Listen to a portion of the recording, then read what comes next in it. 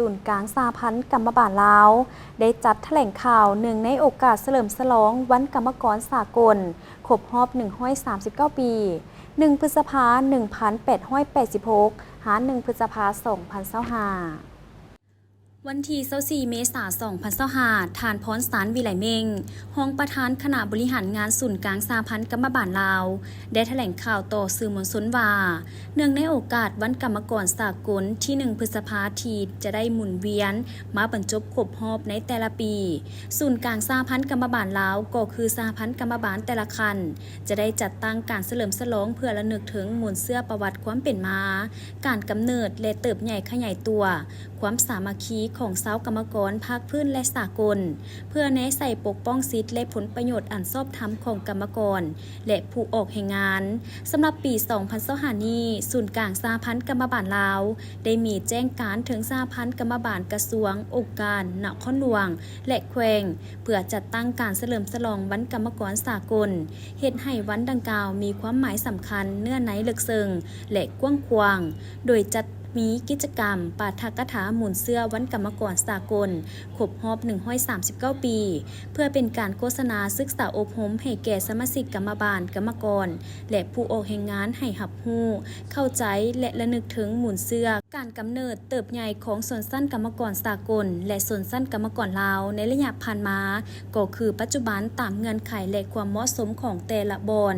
จัดกิจกรรมถามตอบความรู้เกี่ยวกับวันกรรมกรสากลผ่านสื่อหรือเฮ็ดแบบเซิงหน้าด้วยบรรยากาศที่เบิกบานม่วนซื่นและมีเนื้อในจัดกิจกรรมอย่างเพื่อสุขภาพ1 พฤษภาคมครบรอบ139 ปีอยู่ที่สวนประตูไซจัดกิจกรรมแข่งขันกีฬาตีกอล์ฟเพื่อระดมทุนก้าเกี่ยมกล่องประชุมใหญ่ผู้แทนกรรมบาลลาวทั่วประเทศครั้งที่ 9จัดขบวนการอนามัยรวมอนามัยสถานที่สำนักงานองค์การและสถานที่สาธารณะให้มีความสะอาดงามตาพร้อมทั้งรักษาสิ่งแวดล้อมให้ดี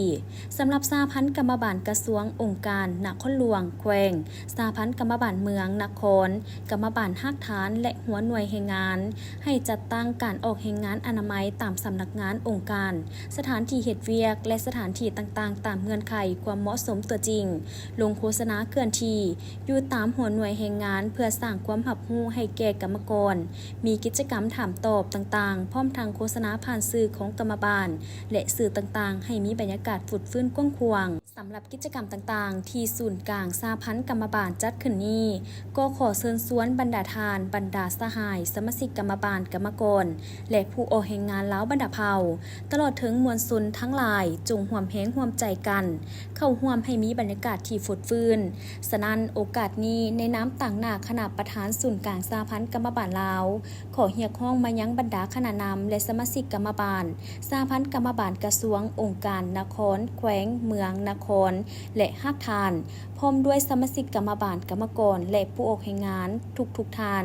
จงเข้าร่วมในการจัดกิจกรรมเฉลิมฉลองวันกรรมกรสากลที่จะได้หมุนเวียนมาครบรอบให้มีบรรยากาศฝดฟื้นม่วนซื่นและเรียกร้องมายังผู้ออกแรงงานผู้ใช้แรงงานต้องสร้างสายพัวพันแรงงานที่ดีเพื่อผลประโยชน์ของผู้ใช้แรงงานและผู้ออกแรงงานขออวยพรไซอันประเสริฐมายังคณะประธานคณะบริหารงานศูนย์กลางสหพันธ์กรรมบาลลาว